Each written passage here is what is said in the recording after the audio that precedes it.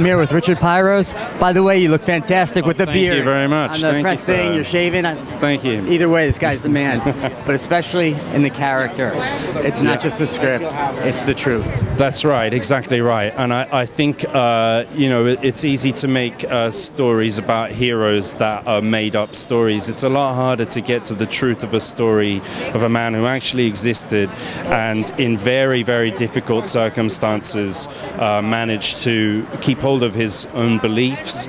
And, you know, he battled through the best way he knew how, and he became a real hero as a result, and the best kind of hero. He was non-violent, and he saved lives. He put his own life at risk many, many times, and he saved 75 men under very heavy enemy fire.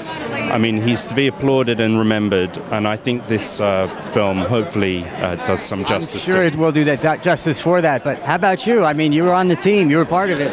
Yeah, I mean, look, it's difficult when you get roles like this to really immerse yourself in it, because, you know, as hard as the conditions are, and we had trenches, we had, you know, we were in basically a battlefield of sorts, but, you know, for us, in a way, it's still kind of make-believe because we weren't actually there. So there is a huge leap of the imagination to get to a point where you can really feel. That's a real bullet that went. Yeah, in a way that a soldier would in those times, and it just, for me, it gave me an appreciation of what those guys went through, and such an incredible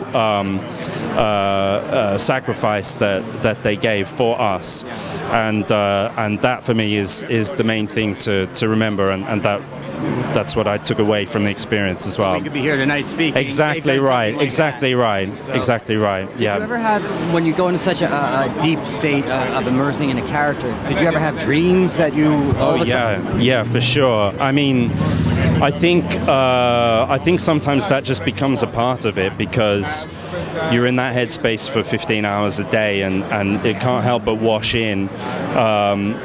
Definitely, I had moments where I'd wake up in a cold sweat, and you were the character dreaming. Yeah, I mean, you know, it's the same in a lot of other roles as well.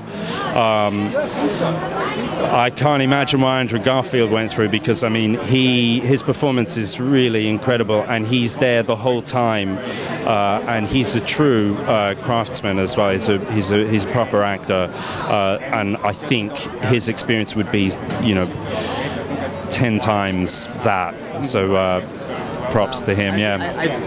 Mr. Garfield's exceptional, but I think you're being extremely humble, because anyone who winds up with nightmares of their character on the battlefield has become that person as much as humanly possible. Yeah.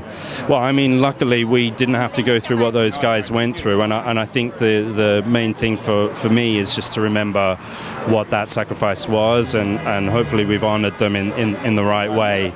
Okay. And yeah, I really hope Desmond's story gets to a big audience now, a huge. It's got Oscar buzz already. Well, yeah, but also it's the kind of story that we need to remember. You know, these are the guys that 80 or 90 years ago, or even 60 or 70 years ago in the Second World War, really, they put their lives on the line for us to live the way that we do today, and in the privileged way that we do today. So, yeah, it's. So see it, enjoy it, and don't forget story. It. Yeah, and don't forget it. Yeah. Well, I think you need a nice comedy movie after this. But congratulations on all your success. Thanks, man. Cheers. I appreciate it. You got it.